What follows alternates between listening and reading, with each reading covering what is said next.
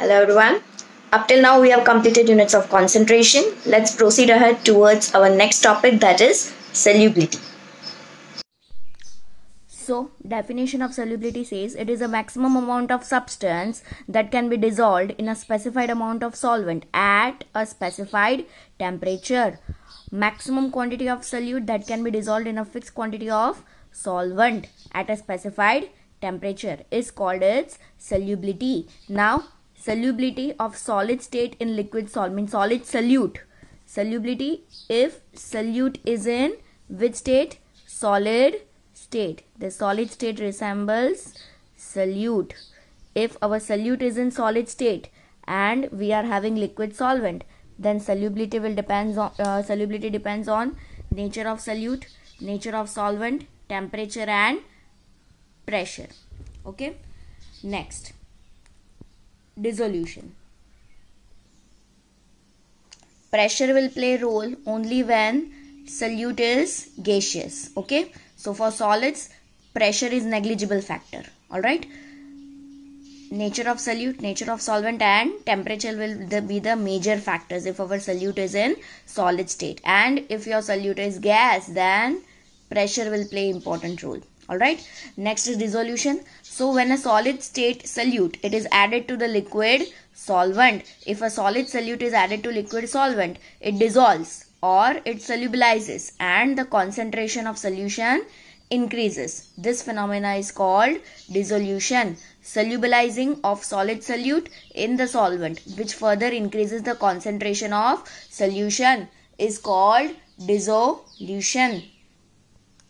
Next is crystallization. If solute particles combine with each other and they come out or get separated out of the solution, such phenomena is called crystallization. Okay, if solute particles combine with each other and they come out or they get separated out from the solution, it is called crystallization.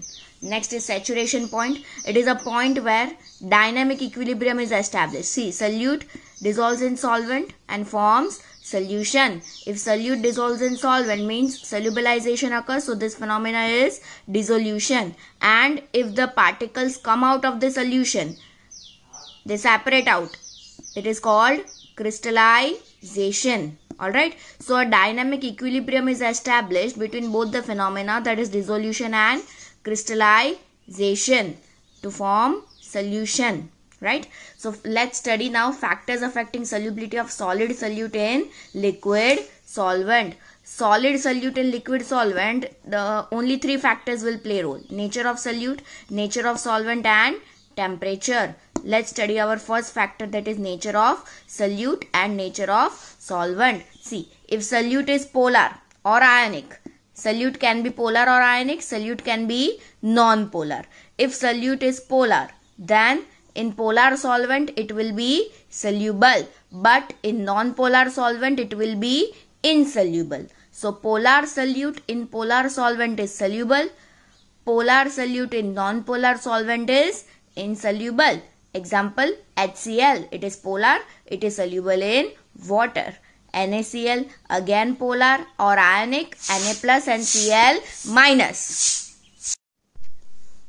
So being polar, NaCl, ionic as well as polar, it is soluble in water.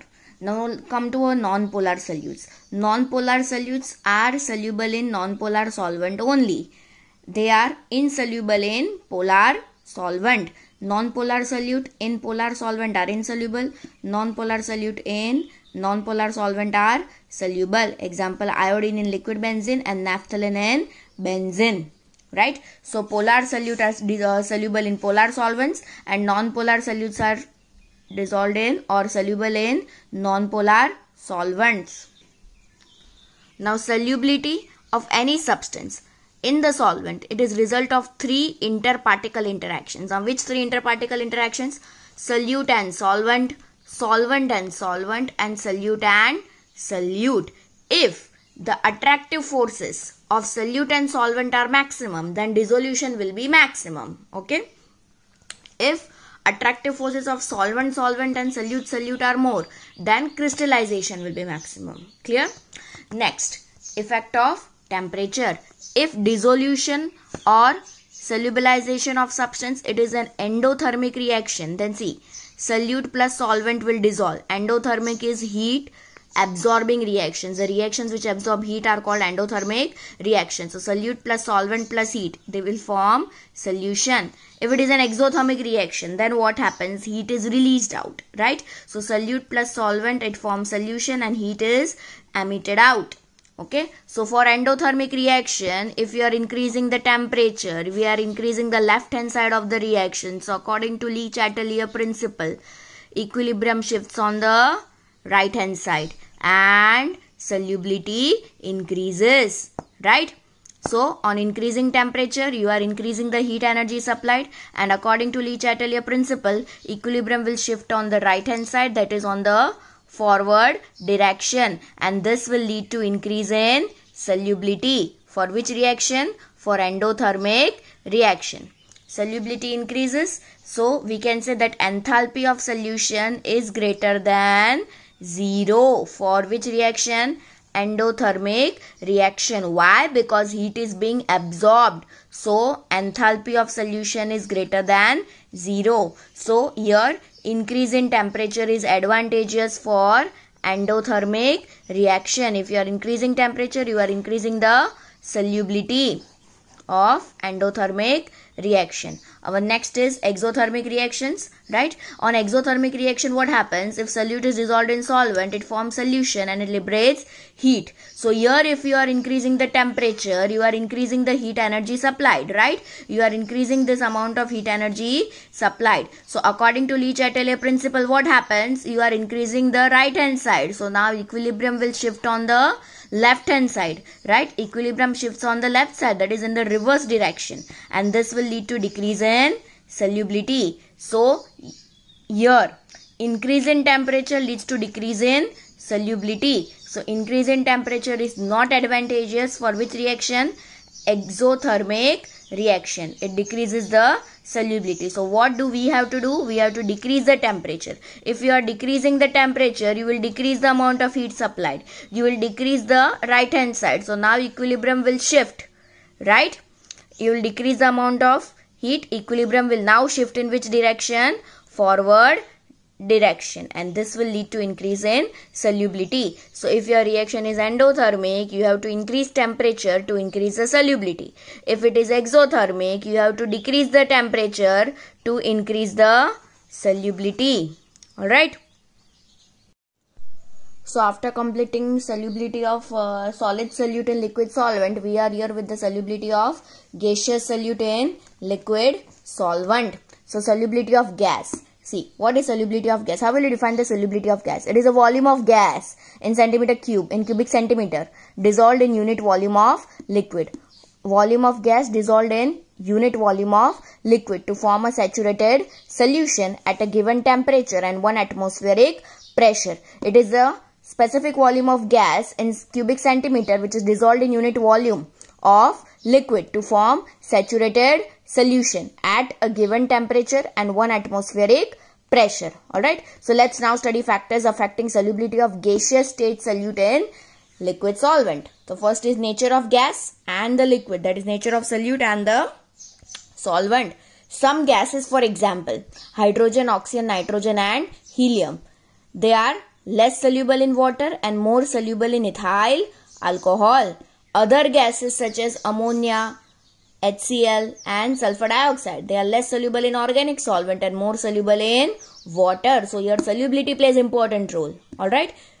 Some are soluble in water whereas some are soluble in organic solvent. Next is effect of temperature.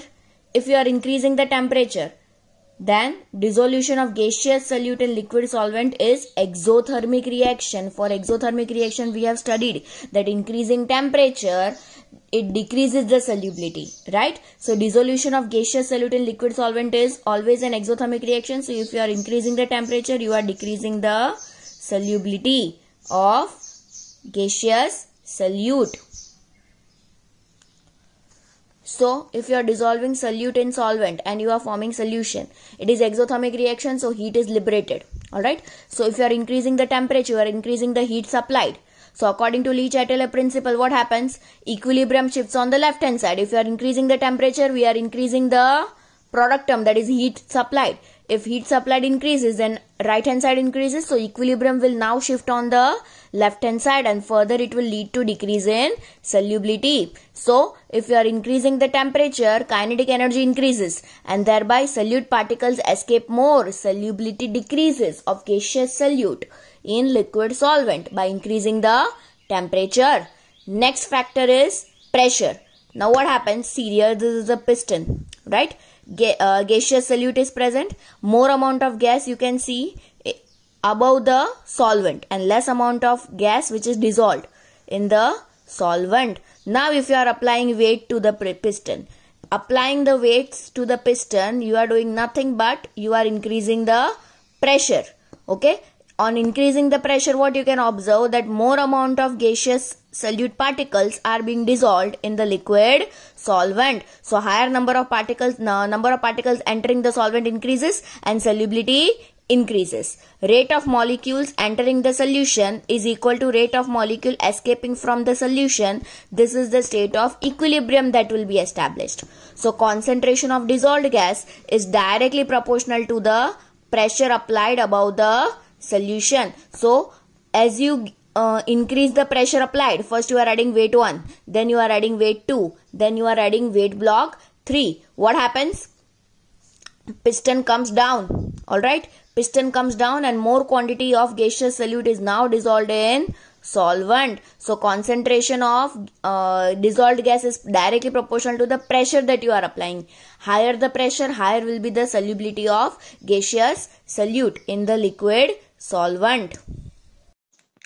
So that was all regarding solubility and factors affecting solubility of solid solute in liquid solvent and gaseous solute in liquid solvent. Alright, that was all for this topic of solubility.